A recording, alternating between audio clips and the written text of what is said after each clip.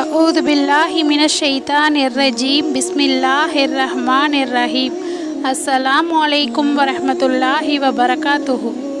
ஏழைகளுக்கு கிடைத்த செல்வம். ஹஜ்ரத் அபூ ஹுரைரா ரலியல்லாஹு அன்ஹு அவர்கள் கூறுகிறார்கள், ஏழைகளான முஹாஜிரீன்கள் சிலர் ரசூல் ஸல்லல்லாஹு அலைஹி வஸல்லம் அவர்களிடம் வந்து, யா ரசூலல்லாஹ், செல்வந்தர்கள் உயர்ந்த பதவிகளையும் நிரந்தரமான அருட்பாக்கியங்களையும் அடித்து சென்று விட்டனர் என்று கூறினார்கள். அதற்கு ரசூல் ஸல்லல்லாஹு அலைஹி வஸல்லம் அவர்கள், அது எவ்வாறு என்று கேட்டார்கள். செல்வந்தர்கள் எங்களை போன்று தொழுகிறார்கள், எங்களை போன்றே நோன்பும் வைக்கிறார்கள், இன்னும் அவர்கள் செல்வம் உடையவர்களாக இருப்பதால் தர்மமும் செய்கிறார்கள். நாங்கள் தர்மம் செய்ய முடிவதில்லை. அவர்கள் அடிமைகளை உரிமை விடுகிறார்கள், நாங்கள் உரிமை விட முடிவதில்லை என்று சஹாபாக்கள் கூறினார்கள். அப்பொழுது நபி ஸல்லல்லாஹு அலைஹி வஸல்லம் அவர்கள், நான் ஒரு காரியத்தை உங்களுக்கு அறிவிக்கட்டுமா?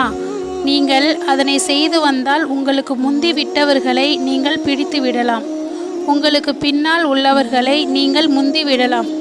நீங்கள் செய்வதை போன்று செய்பவரை தவிர மற்ற எவரும் உங்களை விட சிறந்தவராக முடியாது என்று கூறியபோது, யா ரசூலல்லாஹ், அந்த காரியத்தை அறிவித்து தாருங்கள் என்று சஹாபாக்கள் கேட்டுக்கொண்டனர். அப்பொழுது நபி ஸல்லல்லாஹு அலைஹி வஸல்லம் அவர்கள், நீங்கள் ஒவ்வொரு ஃபர்லு தொழுகைக்கு பிறகும் சுபஹானல்லாஹ் என்று 33 தடவையும், அல்ஹம்துலில்லாஹ் என்று 33 தடவையும், அல்லாஹு அக்பர் என்று 33 தடவையும் ஓதிக்கொள்ளுங்கள் என்று கூறினார்கள். ஏழை சஹாபாக்கள் இதனை ஓதி வந்தார்கள். அக்காலத்து செல்வந்தர்களும் நன்மையான காரியங்கள் செய்து முன்னேறுவதில் ஆர்வமுள்ளவர்களாக இருந்தார்கள். எனவே அவர்களும் இதனை தெரிந்து கொண்டு ஓதி வர ஆரம்பித்தனர்.